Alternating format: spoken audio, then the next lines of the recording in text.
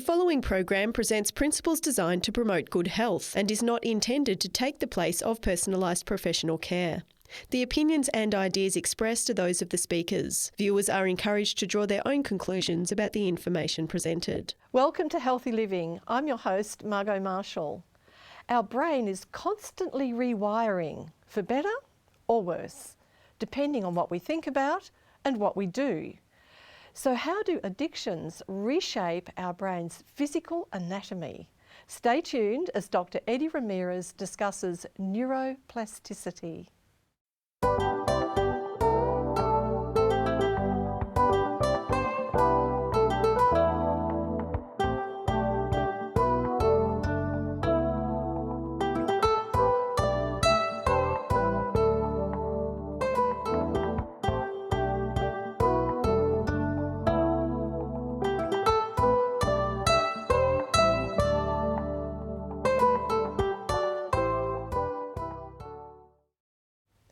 In the same way that addictions change the structure of our brains by forming pathways, challenging those addictions also contributes to what is called neuroplasticity. And here to give us practical strategies for freedom from addictions is Dr. Eddie Ramirez.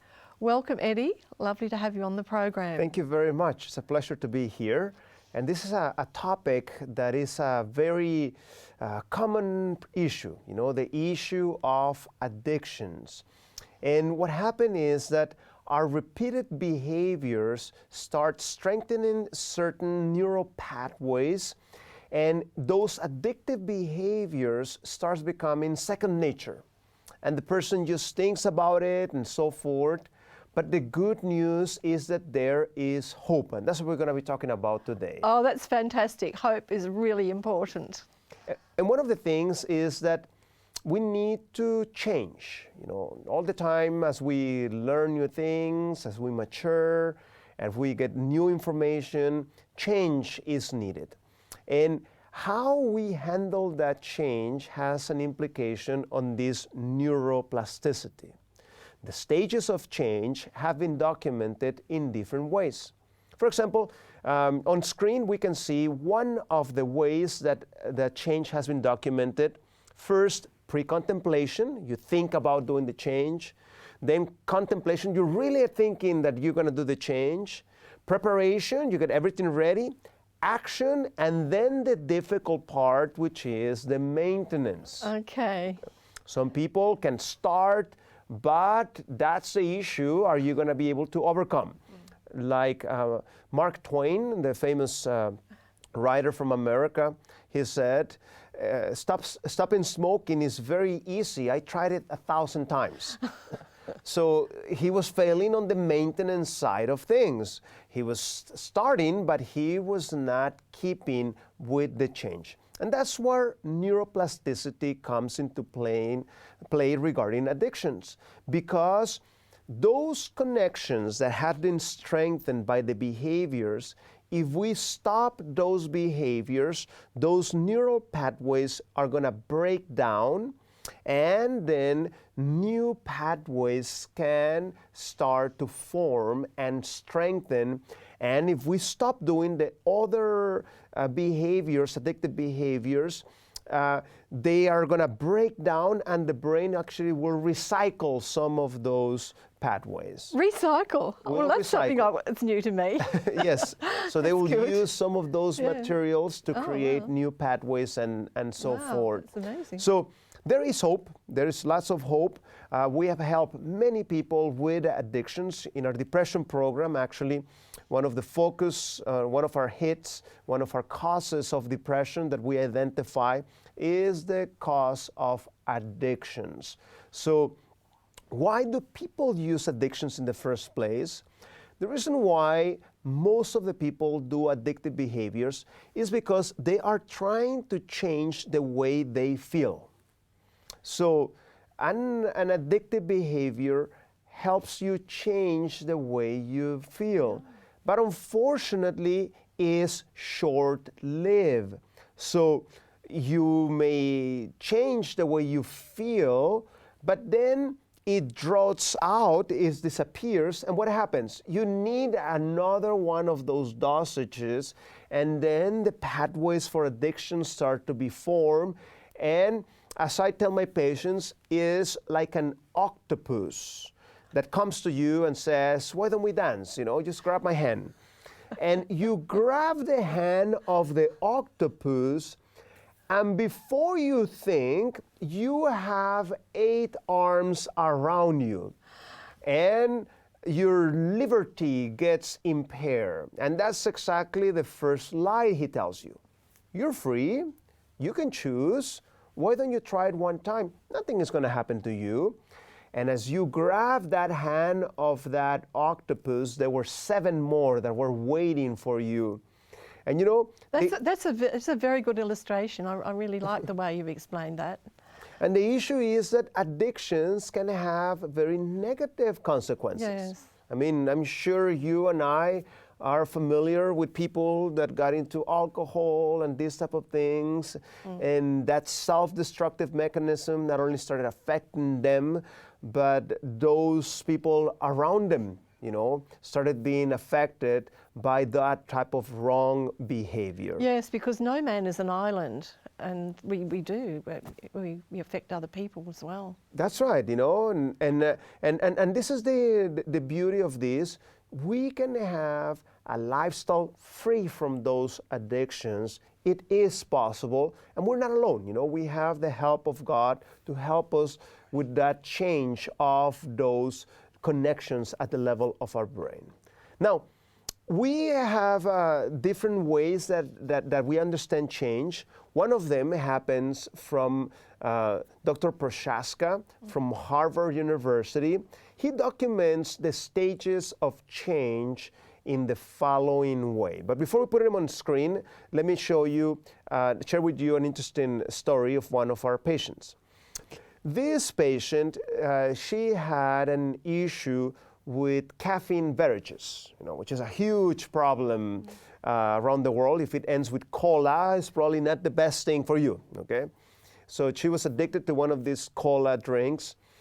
And anytime she was thinking about having a thirst, what does she came to her mind? She was thinking about what? Cola. Cola, that's right. She wanted a cola drink naturally. But that's why it's such an important work that the 3AVN does, educating people. That's exactly what we're here for. And maybe one of our audience here today is going to hear some of these things, and then the little desire will come up. That's what happened to this patient. She learned from a health lecture that cola beverages are not the best for you. I call them the great contradictory. Patient comes to me drinking something with caffeine. Caffeine will take away your calcium from your bones, will drop your vitamin B vitamins from your body, will drop the iron in your body, will have negative effects at the level of your melatonin. If you have too low melatonin, you actually are going to age faster. Okay. Well, that's not an attractive thing to think about. And you can follow my Twitter account. I have plenty of documentation there that I like to share, Eddie RD MD, for those that are interested. And in that way, caffeine is a tricker. It tells you, look, I'm going to give you energy, but in the same time, it's taken away from you. So she learns about these negative effects that caffeine has. So what she goes to is she goes to the first stage of change. And we can see that on screen. The first stage of change is called unconsciously incompetent, which means, in other words, you don't know you need to change and you don't want to change. Okay. So he comes to the health lecture, new information comes, she becomes aware that caffeine is not the best thing for you. So as soon as she gets that new information and things start changing up here with her desire to make some changes, she just enters into the stage number 2 that we can see in the screen. And step number 2 is called consciously incompetent. So she's still only thinking about it, but She is still not drinking. changing. Okay, but she at least knows that it's That's not a good right, idea. but now she is aware that she should change. Okay. Many people are like that, it's what they call in America sitting in the bench, in the fence, okay?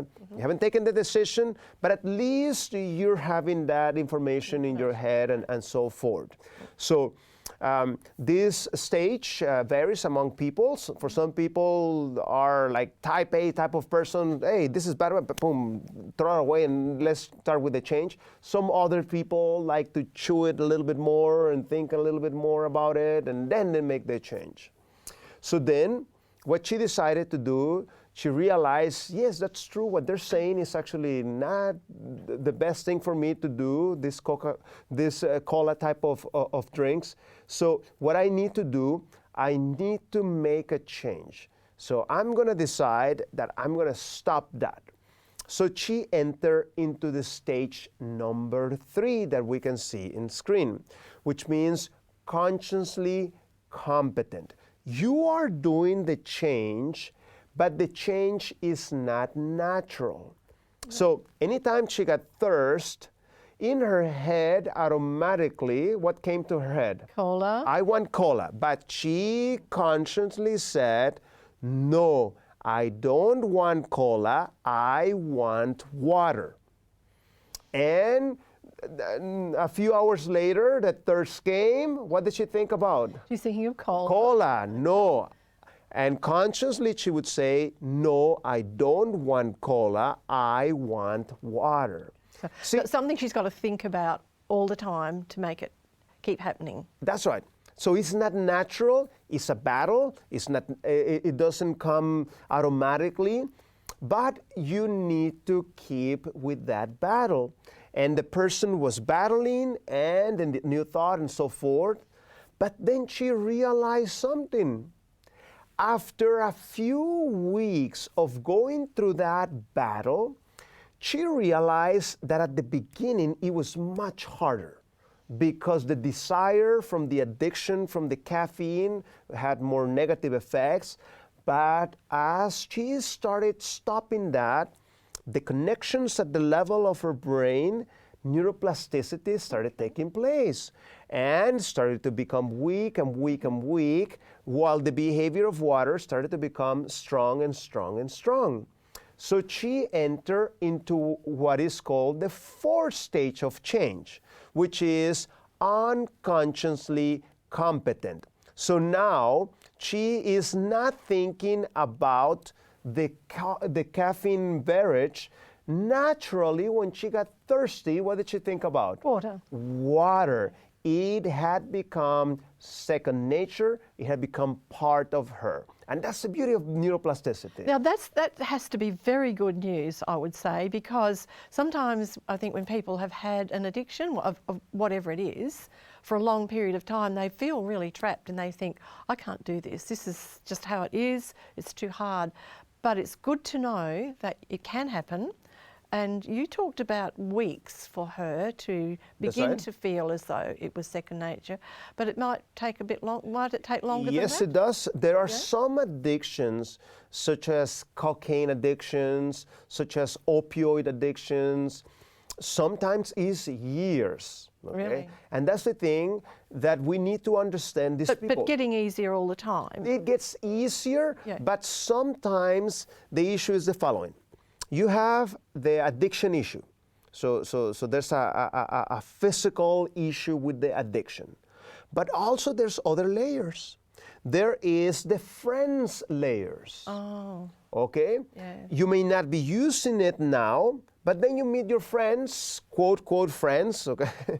Oh, why don't you have some, look, I have some this or that, One time, it's not going to hurt you. And what happened? Boom, you use it and you strengthen again what you were trying to weaken. Sure. That's why programs like Alcoholics Anonymous recommend that those people of influence, you shouldn't hang around with them. I have a relative of mine.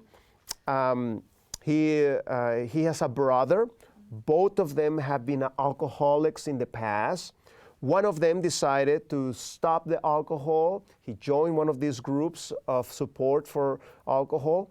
And it was taught, he learned that he shouldn't be hanging around people with these addictions. And it came to a point he couldn't see his brother. He knew that if he saw his brother, he was going to start with the addictive behavior. That doesn't mean that he was never going to see him, but while he was going through this process of neuroplasticity and healing, he couldn't hang around with him because he knew where he was going to end up, drunkard and abusing the alcohol and so forth. So that'd be a tough one, really, wouldn't it? Especially if it was someone really close to you, like a relative. That's right. And that's why you need to surround yourself with people that can cause a positive change. Go and join a church, you know. And another layer that you need to add there is the layer of accountability. All right. Okay? So you've got the addiction, and then you've got the friends, social, and then you've got accountability. Accountability. You need to find somebody or someone or some group in which you are accountable to. Because it's going to help you two things. Number one, it's going to help you from falling into the hole again. And number two, it's going to help you by the fact that if you fall in the hole, you have somebody to help you get out of it. Right. You know? Right. So as you go and join a church, be vulnerable, tell them, look, I'm trying to quit this and so forth. As other people pray for you, as other people give you that support, as other people give you their phone number, it's a good idea to have some sort of connection. So when you know you're going to fall, you can get that phone and says, look, you know, I'm in really dire straits. I'm about to fall. I need your help. And the fact that you're talking to somebody helps you change the focus from a nihilistic type of thing, oh, this is impossible to conquer, to there is hope. And you know, there's different types of addictions: alcohol, opioids, pornography, rock music, and all kinds of things. Yes. So what we even need to screen time. Even screen time. That's right. becoming really high on the list. So what we need to do, we need to focus on a few at a time. If you have many addictions at a time, don't try to tackle them all, but rather prioritize and start tackling them, and you're able to overcome one. Once you see that it's overcome, then you go and tackle the next one and so forth. Yeah. We have helped many people, for example, stop smoking. We can see in the screen 3 of my studies that we did. The first one showing how abstract thinking exercises can help you in your overcoming of addictions. The second one showing how tobacco users tend to have more depression and anxiety. And the third one showing how sexual abuse, actually those people that have gone to sexual abuse are more likely to use cigarettes. That doesn't mean that every single cigarette smoker has had it, but you're more prone to do that. So what are you going to do for abstract thinking? Let me give you the exercise that we give to every single one of our patients for abstract thinking. So one of the abstract thinking methods is to interpret a proverb. Okay? In the old days, they used to use them more. They still use them some, but not as much as in the old days. So when... You're going to test me, aren't you? Yeah. So when you hear a proverb, the proverb doesn't necessarily literally mean that. For example, if I say that it is better 100 birds in the sky than one in my hand, that I'm not talking about 100 literal birds. Okay, I'm talking about something that means something else. So in the same way. I actually think it's better to have it in the hand than in the bush. That's right. Which means that you have conquered. You know, that's there's something you actually have. That's the right. other is. Yeah, that's right. They're there, but they're not yours. They're not mine. No. That's right. Might never be. So in the same way, to find currently collections of proverbs is hard. Can I give you an example of that? Yes. My husband loves looking at luxury cars. I don't know why, because we're never likely to have one, but I was with him one time and he said, which do you think is the best car here? Which one would you pick? And I said, that little red one on the curb, because I own that. That's right. It's better to have one in your hand than 100 flying. You know? Yes, that's right. So one of the ways to find a good collection of proverbs, accessible, not complicated, and so forth, is in any Bible. Doesn't matter if you're agnostic or atheist or Buddhist, you can do this exercise.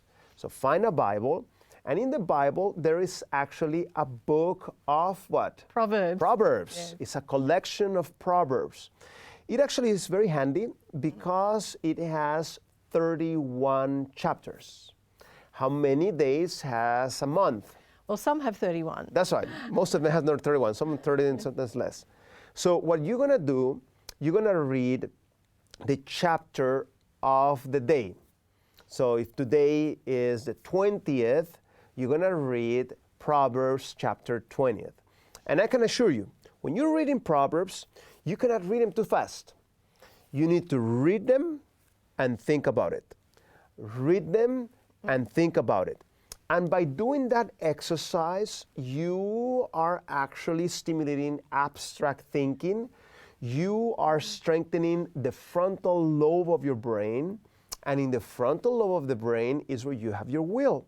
So by strengthening the frontal lobe, you strengthen the will. And that's why in a study, we show that those people doing that abstract thinking, reading Proverbs, we actually did the Proverbs reading in that particular study, they were more likely to overcome the smoking habit. And as when, Is that right? Isn't that wonderful? When I was presenting this study, one of the other researchers came and see it and said, so basically it means that you have to think, isn't it? I said, yep, that's the secret, you know. You have to think. If you're able to think, you are able to strengthen that part of the frontal lobe.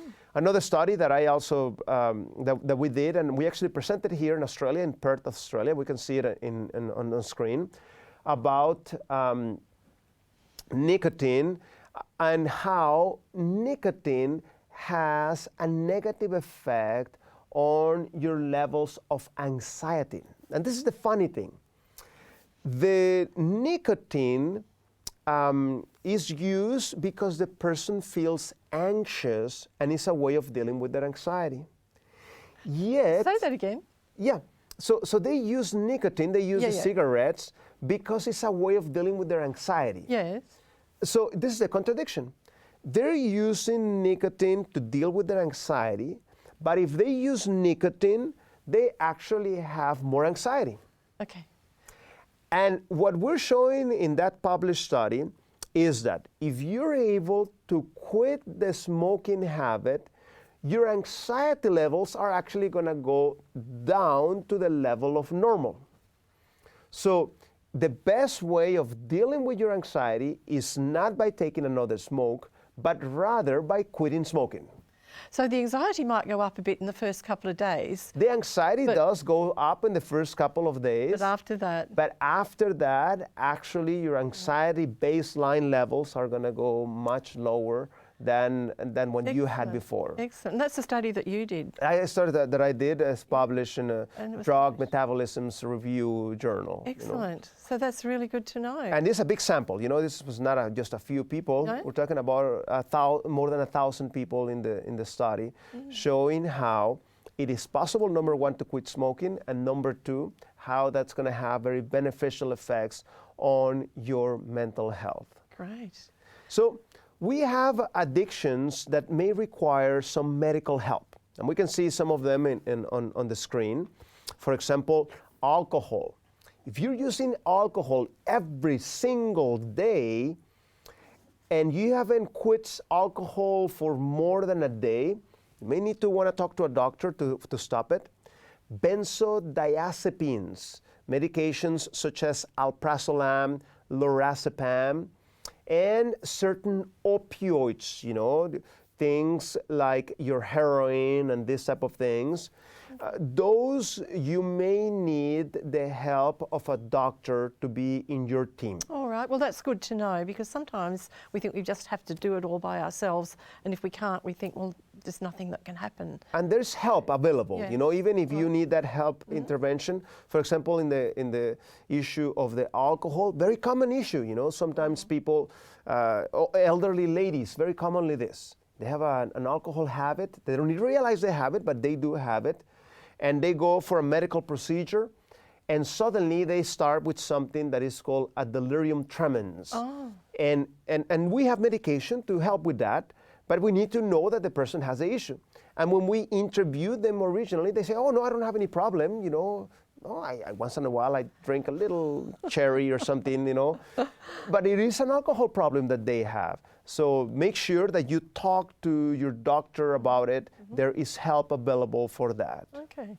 So we want to close with 10 steps for those people that want to quit addictions. This works wonderful for the people with cigarettes, but also other addictions. Let us go on screen and see them. Number one, you need to choose not to smoke. Okay, so it's something you have to decide with all your heart. Number two, no hidden cigarettes. Don't say, well, just in case I feel like, no, nothing. Throw them away. Deep breathing exercises, daily exercise, more sleep, lots of water, drink lots of water. Also take showers, not only once, but many times in the day. The nicotine is going to start coming in your skin and you have to wash it out. Avoid other things that trigger the nicotine, such as caffeine, alcohol, heavy meals, heavily spiced meals, and avoid high-risk situations. People smoke after a certain pattern, and tell others that you are quitting, okay? So many times it's a special chair, many times it's the breaks at work, many times is just after a meal. So what you need to do, you need to use neuroplasticity. So because those patterns call for those addictions, what you need to do, you need to change that. So instead of having the usual break with your friends and have that smoke, go for a walk, do something else. Instead of sitting down after the meal, when you were eating that heavy meal, don't do that. Go ahead and start doing some other activities, such as washing the dishes. Oh, talking that's to somebody, a really good idea. isn't it? So many people have been able to overcome it. You can. Remember, you're not alone. God is with you. And if you ask God for help, I can assure you God is not going to let you down. So surround yourself with those positive people. Put yourself in the hands of God, and you will experience those fruits. Wonderful advice, and I'm so pleased we ended up with such a positive way to deal with it, because I guess everyone has, to some extent, an addiction of some degree. So we're so pleased that you've joined us today, and I hope you've been challenged and encouraged by today's program. We look forward to having you join us next time for more secrets of healthy living. And remember, you can watch our programs on demand. Just visit 3abnaustralia.org.au and click on the watch button. God bless you.